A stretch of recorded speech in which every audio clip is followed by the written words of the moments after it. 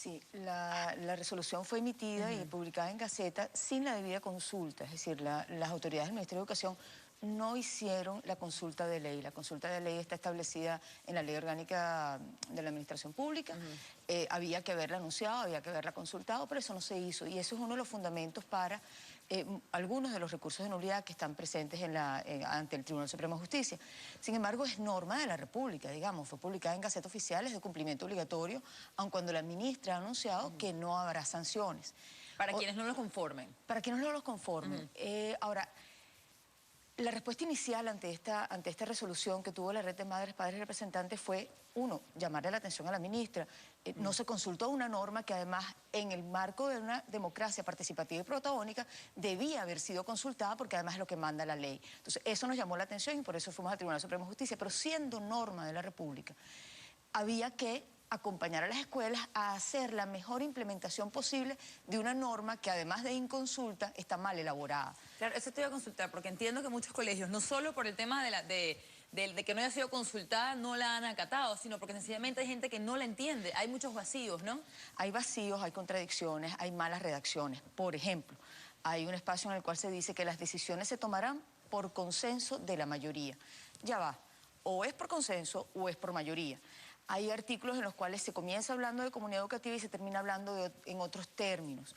Se le llama consejo educativo a la totalidad de la estructura, pero también a una mesa en la que se sientan los voceros de los comités. Hay contradicciones, está mal redactada. Hay un artículo que tiene 5 páginas. Uno no puede tener un artículo en una norma que tenga 5 páginas porque no es viable. Uno no puede, mira, refiérete al artículo 7 para que cumplas esto de esta manera. No se habla de cuánto es el quórum, no se habla de quién hace las convocatorias, no es una buena norma. Pero es una norma que habla de participación y nosotros en la Red de Madres, Padres y Representantes creemos que la participación en las escuelas es fundamental, que tenemos que organizarnos y participar en las escuelas. Entonces, lo que nosotros hicimos acompañando a muchas escuelas que solicitaron nuestro apoyo fue editar de la mejor manera posible esa resolución, introducir aquellas cosas que eran necesarias para entenderla mejor y acompañar a las escuelas en su implementación. Hemos recogido toda esa experiencia en este año de implementación de la norma y como la resolución habla de un año para mejorarla, el 16 de septiembre la ministra va a recibir de nosotros una propuesta de cómo hacer de esta resolución un instrumento viable y útil y bueno para la participación en las escuelas. Pero Lila, ¿pero qué constituye el Consejo Educativo? Porque cuando se anunció todo esto de la resolución, que ya está en Gaceta, como dices tú, es ley, hubo mucho temor por parte de padres y representantes acerca de lo que sería la participación de consejos comunales dentro de los colegios y escuelas. Ahora bien, ¿qué constituye un Consejo Educativo? ¿Por qué tanto temor por parte de algunos sectores? Claro. Los consejos educativos son simplemente el nombre que le pones a la manera de organizar la participación. Y no es distinto en esencia a lo que decía la 751. Está muy mal escrito, hay muchos vacíos, pero no es distinto en esencia a la 751. La resolución 751 que nos rigió hasta octubre de este año pasado, hablaba de que los miembros de la comunidad educativa eran madres, padres, representantes, responsables, personal docente, personal directivo, personal administrativo y personal docente. Y que miembros de la comunidad vecina u organizaciones comunitarias que quisieran participar podrían hacerlo siempre y cuando la escuela estuviera de acuerdo. Pero además participaban haciéndose parte de la escuela. Y tener ese concepto claro es importante. En los consejos educativos la organización es la siguiente. Tienes la asamblea escolar, de acuerdo con lo que dice la norma, que está constituida exactamente por lo mismo que dice la 751. Madres, padres, personal directivo, personal docente, personal administrativo, obrero y miembros de la comunidad u organizaciones comunitarias si la escuela los admite como miembros de la comunidad. Entonces la asamblea escolar tiene la potestad de decirle al consejo comunal vecino, oye, sí, vale, nos interesa que ustedes sean parte de nuestra comunidad. O sea, ¿se pudiera decir que quizás representantes, por ejemplo, de una zona donde queda algún colegio, el colegio pudiera tomar la decisión de llamarlos para tomar decisiones a propósito de ese colegio? Absolutamente. Siempre y cuando esa participación sea para la escuela. Me explico. El consejo educativo no es para ir a atender los problemas de la comunidad. El consejo educativo no es para resolver el problema de agua en el vecindario, no es para resolver el problema de las calles, no es para resolver otros problemas. Si el consejo comunal quiere participar en la escuela, es para abocarse a atender los proyectos de la escuela. Es decir, si la escuela tiene una necesidad de mejorar su dotación de agua corriente o de electricidad o de seguridad o de vialidad, entonces el Consejo Comunal contribuye con la escuela a resolver el problema de la escuela. Es decir, la escuela es aquí quien recibe la participación. Uno se hace parte de la escuela, no es que uno convierta la escuela en una herramienta para resolver problemas de la comunidad. Claro, otra cosa que también llamaba la atención a propósito de la resolución, quisiera que nos los aclararas, era sobre la toma de decisiones, lo que podía ser el pensum educativo, y si el Consejo Comunal tenía la potestad de opinar a propósito de lo que se iba a impartir en el colegio. Había mucho temor sobre eso. No. No está establecido. Eso no, la resolución no dice eso. Dice una cantidad de cosas confusas, pero nosotros tomamos lo positivo de la resolución. Y una de las cosas que sí está clara en la resolución, hay dos elementos que creemos que son muy positivos. Uno, la participación está centrada en lo que se llama el Proyecto Educativo Integral Comunitario, que no es un invento de esta resolución, es una estructura que está funcionando en las escuelas hace muchísimos años.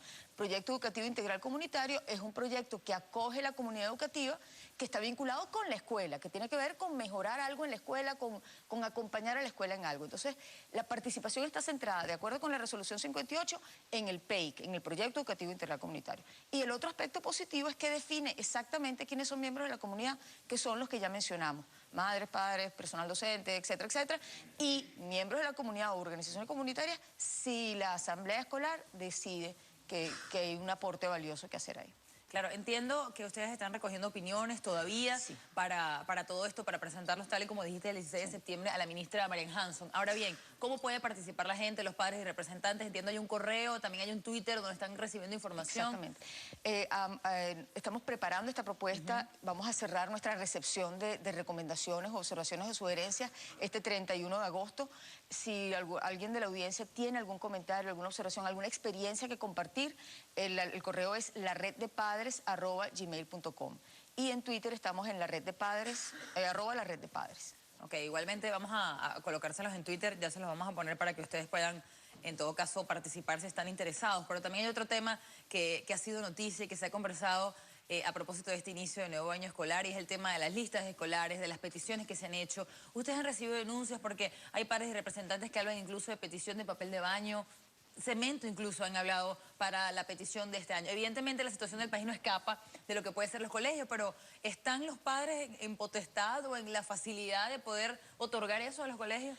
Sí, la lista escolar también tiene que ser discutida con madres y padres. Es decir, la escuela tiene que entender, así como se debe discutir el presupuesto de la escuela, los padres deben participar en la elaboración de ese presupuesto y hacer que el presupuesto refleje el proyecto de la escuela.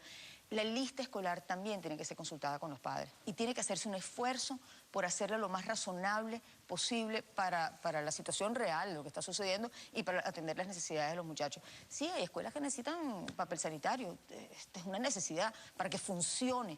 Y no es una cosa nueva tampoco, es decir, no es infrecuente que las sociedades de padres representantes en su momento, cuando existían, solicitaran donaciones especiales de parte de los padres para atender problemas operativos fundamentales de las escuelas.